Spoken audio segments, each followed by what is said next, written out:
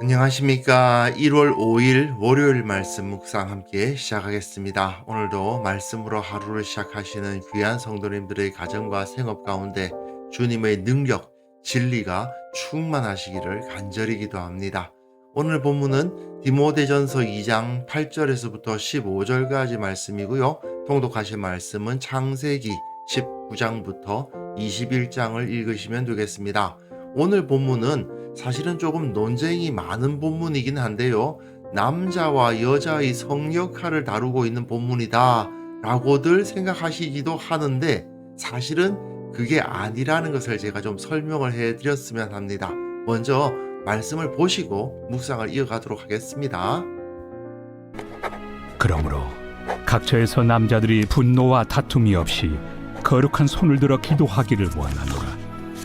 또 이와 같이 여자들도 단정하게 옷을 입으며 소박함과 정절로서 자기를 단장하고 나은 머리와 금이나 진주나 값진 옷으로 하지 말고 오직 선행으로 하기를 원하노라. 이것이 하나님을 경외한다 하는 자들에게 마땅한 것이니라. 여자는 일체 순종함으로 조용히 배우라.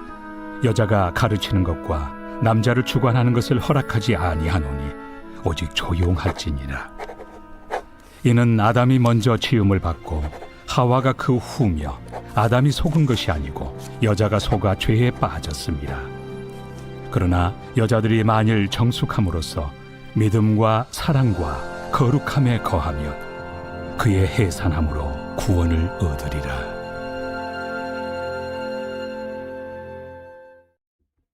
본문을 읽으셔서 아시겠습니다만은 조금 논쟁이 생길 만하죠. 그런데 오늘 본문의 위치를 생각하면서 이 본문이 무엇을 의미하는가를 생각해 보면요. 이것을 굳이 남자와 여자라는 의미로 파악해야 될 것인가라는 문제를 갖게 돼요.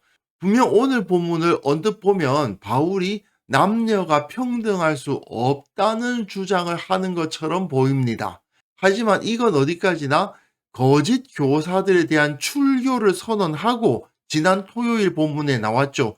후메네오와 알렉산더를 출교하고 나서 진리 위에 교회가 세워져야 된다라는 가르침을 주는 그 문맥에서 주어진 가르침이라는 것을 기억해야 됩니다. 그렇다면은 앞에서 거짓 교사들을 출교하라는 메시지를 주고 난 다음에 갑자기 뜬금없이 남자와 여자를 구분해야 된다고 주장하는 것은 문맥적으로 맞질 않습니다. 게다가 바울이 지금까지 해온 사역이 있고 다른 서신서에서의 가르침이 있지 않습니까? 그가 남녀 불평등을 신봉했다고 보는 것은 더 힘든 것이 사실입니다. 물론 오늘 본문에서 바울이 남자들과 여자들을 구분해서 가르치고 있는 이유가 무엇인가를 명확하게 파악하기는 좀 어려운 것은 사실입니다. 왜냐하면 후메네오, 알렉산더 이런 거짓 교사들이 뭘 가르쳤는지가 명확하지가 않기 때문이죠.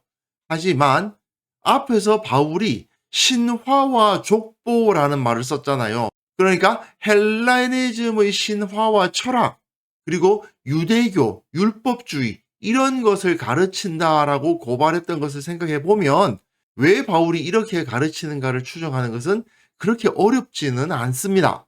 우선 10절부터 먼저 보시면요. 이것이 하나님을 경외한다 하는 자들에게 마땅한 것이니라는 말이 나오는데요. 하나님을 경외하는 자라는 말은 사도행전에서 자주 나옵니다. 백부장 고넬료가 의인이고 하나님을 경외하는 사람이었다. 그리고 바울이 이런 말을 하는데요. 이스라엘 사람들과 및 하나님을 경외하는 사람들아. 아브라함의 후손과 너희 중 하나님을 경외하는 사람들아. 또 하나님을 경외하는 디도 유스도라 하는 사람. 이런 표현들이 있어요.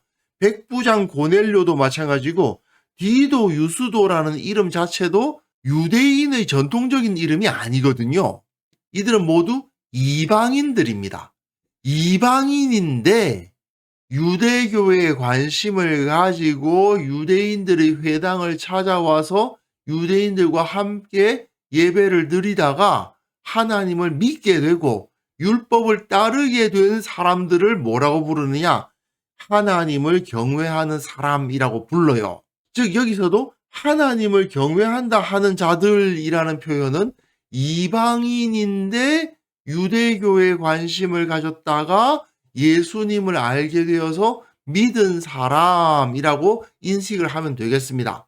즉 이 사람들은 유대인이 아니에요. 이게 상당히 중요합니다. 유대인이 아니고 하나님을 믿는 사람들이라는 거예요. 그런데 그런 사람들에게 바울이 뭐라고 가르치느냐? 각처에서 남자들이 분노와 다툼이 없이 거룩한 손을 들어 기도하기를 원한다고 되어 있어요. 분노와 다툼을 없이 하라. 거룩한 손을 들어서 각처에서 각자의 자리에서 기도하라. 그렇게 말하고 있어요. 이거는 유대교의 영향력에서 벗어나라는 가르침으로 생각할 수 있습니다. 왜냐하면 당시 유대인들의 모습은 자기들의 거룩함을 지킨다는 이유로 그야말로 싸움꾼이 돼 있거든요. 분노와 다툼, 막 화를 내면서 막 사람들과 싸움을 하는 열심당이라고도 불리는데 이들은 현대 우리가 알고 있는 이슬람 근본주의 뭐 그런 사람들하고 정말 비슷해요. 그런데 이렇게 자기 신앙을 이유로 분노하고 사람들과 싸우고 죽이기까지 했던 대표적인 사람이 누굽니까? 바울이죠. 예수님을 만나기 전 바울의 모습을 생각해 보세요. 그야말로 열심을 내서 교회를 핍박하고 교회의 사람들을 끌어다가 재판에 넘기고 돌로 쳐 죽이기를 자기의 업으로 생각하면서 그것을 통해서 하나님께 영광 돌릴 수 있을 거라고 생각했던 사람이 바로 예수님 만나기 이전의 바울 아닙니까? 그게 바로 분노와 다툼이라는 유대교의 특성인 거예요. 그것을 따라서는 안 된다라는 것이죠. 바울도 예전에 그러한 모습을 보였지만 온전히 회개하면서 그런 것들을 다 털어내지 않았습니까? 그런데 새롭게 예수님을 믿게 된 이들 이방인들이 꼭 유대인들처럼 싸움꾼이 돼가지고 분노하고 다투는 것은 결코 바람직하지가 않죠. 그러니까 남자들이 분노와 다툼이 없어야 된다라고 가르치고 있고요. 그리고 각처에서 거룩한 손을 들어 기도해야 한다고 가르치고 있습니다. 이것 역시 유대교의 가르침에 반대하는 말이에요. 왜냐하면 유대인들에게 있어서 가장 거룩한 곳은 성전이죠. 예루살렘 성전이 거룩한 곳입니다. 그곳에서 기도를 하면 응답을 잘 받는다고 생각합니다. 물론 매일 성전에서 기도할 수는 없기 때문에 특히 여기는 에베소 교회인데 에베소에서 어떻게 예루살렘까지 매일 왔다 갔다 하겠습니까? 그건 불가능하지만 그럼에도 불구하고 기도할 때에는 성전을 바라보고 기도해라. 그러면서 이런 식으로 이야기했을 거예요. 물론 여기서 기도해가지고서는 저 예루살렘 성전에서 기도한 것만큼 응답을 잘 받기는 쉽지 않겠지만 그러나 어떻게든 저 성전 거룩한 곳을 향해서 손을 들고 기도해야 된다. 이렇게 가르쳤을 거예요. 그런데 바울은 지금 그게 아니라는 거죠. 너희들이 손이 거룩하다. 어디에서나 너희 집에서건 직장에서건 기타 여러 가지 일상생활 가운데에서 거룩한 손을 들어 기도할 수 있고 그렇게 하기를 바란다라고 이야기하고 있습니다. 한마디로 유대교식 가르침을 받아들이지 말아라 그 말이죠.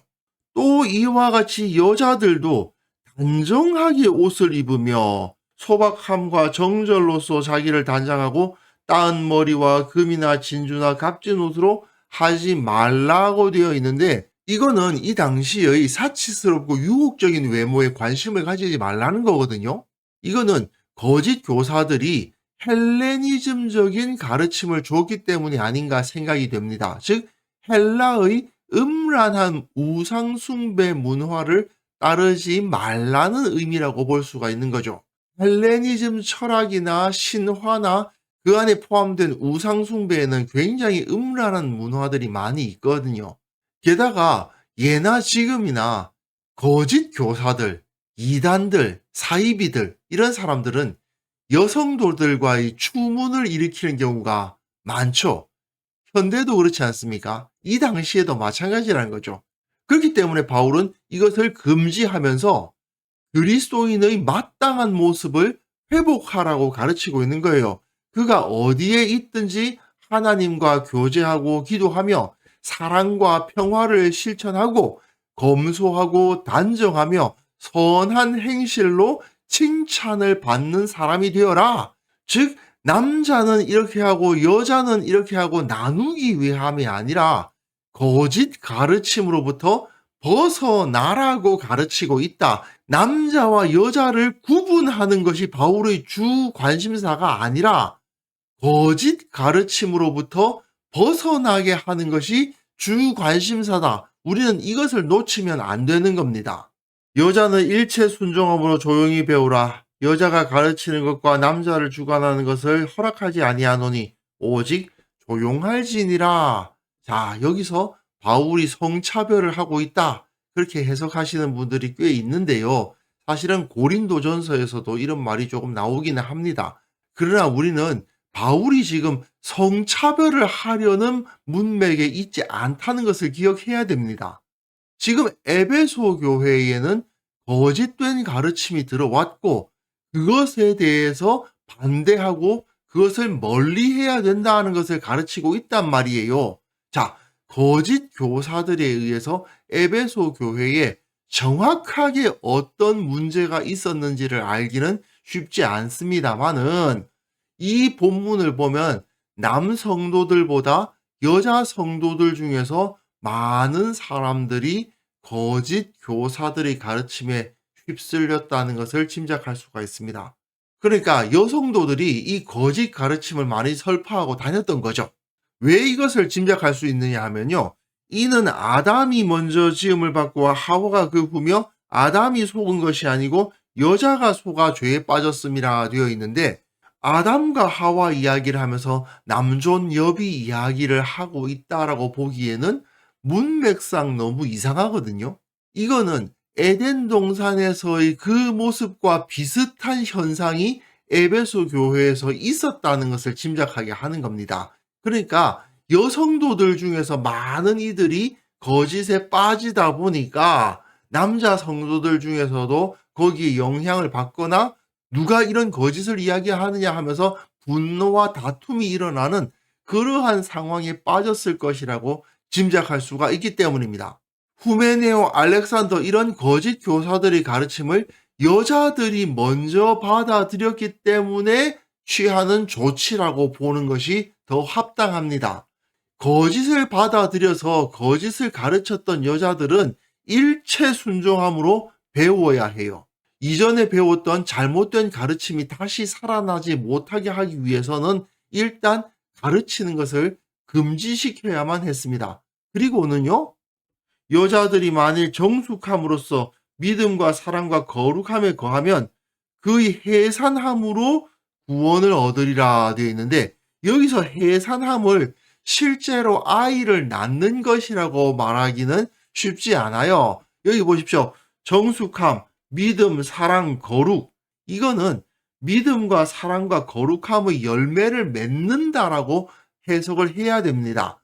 그러니까 이 한때 거짓 교사들이 가르침에 휩쓸렸던 여성도들이 이렇게 순종하면서 조용히 배우고 그리고 남자를 주관하지 못하고 늘 따르는 입장이 되어서 과거의 잘못된 행동에 대해서 자숙하면 자기가 잘못된 교훈을 가르쳤음을 인정하고 바른 행실을 회복하면이라고 해석을 하는 것이 맞습니다. 아담과 하와처럼 범죄했지만 이후에 하나님께서 가죽옷을 입히시고 그들에게 후손을 보게 하셨던 것처럼 여기서 해산함으로라는 표현을 비유적으로 사용해서 하나님의 구원을 얻게 되는 것을 상징적으로 나타내 주고 있는 것이죠. 분명 앞에서 후메네오, 알렉산더 이 두 사람에 대해서는 출교 조치가 취해졌지만 그렇다고 그들을 따르고 그들에게서 배웠던 모든 사람들을 다 출교하느냐? 그건 아니라는 거죠. 다만 자숙을 시키고 조용히 배우게 시키고 자신이 잘못된 가르침을 따랐었다는 것을 인정하게 하고, 그리고 거짓된 가르침으로부터 벗어나서 단정한 삶으로 돌아오게 하고, 그것을 통해서 믿음과 사랑과 거룩함의 거함을 나타내어 주면 그의 해산함으로 그 해산의 고통과도 같은 자숙하는 기간을 보내면서 구원을 얻을 수 있게 해줘라. 이렇게 해석하는 것이 합당한 해석이라고 볼 수 있습니다. 그러니까 오늘 본문은 남자와 여자의 차이나 평등 문제에 대한 메시지로 읽기보다는 거짓 가르침에 빠졌던 사람들을 어떻게 대할 것인가, 그리고 어떻게 회복시킬 것인가에 대한 가르침이라고 보는 것이 합당합니다. 이렇게 생각을 해보면요, 우리나라에도 이단 문제가 크게 대두되고 있지 않습니까? 분명 저들은 진리가 아니기 때문에 그 거짓은 시간이 가면 결국 드러날 수밖에 없거든요. 그런데 문제는 그 이단에 빠졌던 사람들이 어떻게 되느냐, 이게 문제죠. 저들을 교회가 다시 품자니 지금까지 그들이 갖고 있었던 이단 사상이 다 사라졌을 것이라고 보기가 좀 힘들 수도 있고, 또 그 과정 가운데에서 감정의 골이 깊어졌을 수도 있고, 기타 여러 가지 문제가 있을 수 있지 않습니까? 분명 오늘 본문 하나만으로 이 이단 문제를 다 설명하기는 어려울 것입니다. 하지만 그 목표만큼은 오늘 본문이 정확하게 보여주고 있죠. 바울의 가르침에 의하면 교회는 비록 이단에 빠졌던 사람이라 하더라도 그들을 다시 품을 수 있는 넉넉함을 소유해야 됩니다. 그러나 지난 토요일 본문에서 분명하게 나타났고 오늘 본문에서도 보여지고 있듯이 거짓된 가르침에 대해서는 단호한 모습을 보여야 되죠. 바른 복음의 진리를 회복했는지 회복하지 않았는지를 점검하는 시간은 반드시 있어야 하는 겁니다. 거짓 가르침에 대해서는 분명하고 단호하게 잘라내야 되고, 이 사람이 완전히 그러한 사상을 버렸는가를 점검해야 됩니다. 그런데 정말 이 사람은 완전히 과거의 잘못된 생각들을 다 버렸구나 하는 것을 확인하게 된다면 그들을 품어줄 수 있고 공동체의 일원으로 받아들여 줄 수 있는 넉넉함도 당연히 가져야 된다는 거죠.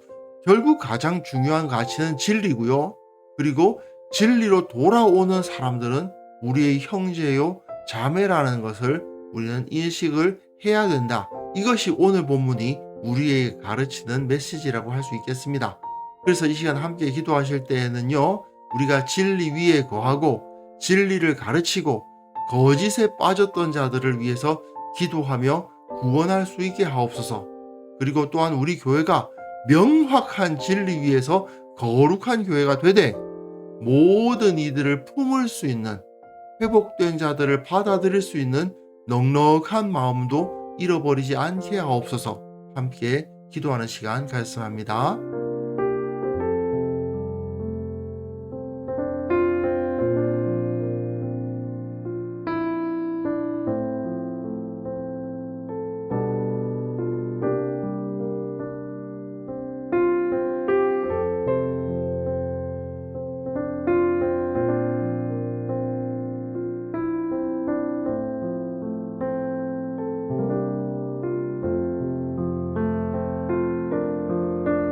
하나님 아버지, 우리가 진리 위에 거할 수 있도록 도와주시고 결코 거짓에 빠지지 않도록 도와주시며 반드시 진리만을 가르치고 거짓을 바르게 분별해내는 자들이 되게 하여 주옵소서.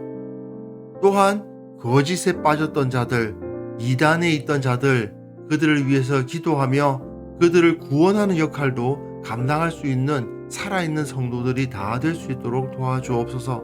우리 교회가 명확한 진리 위에서 바르게 서 있되 모든 이들을 품는 넉넉한 마음도 잃지 않는 그러한 살아있는 공동체가 되게 하여 주옵소서.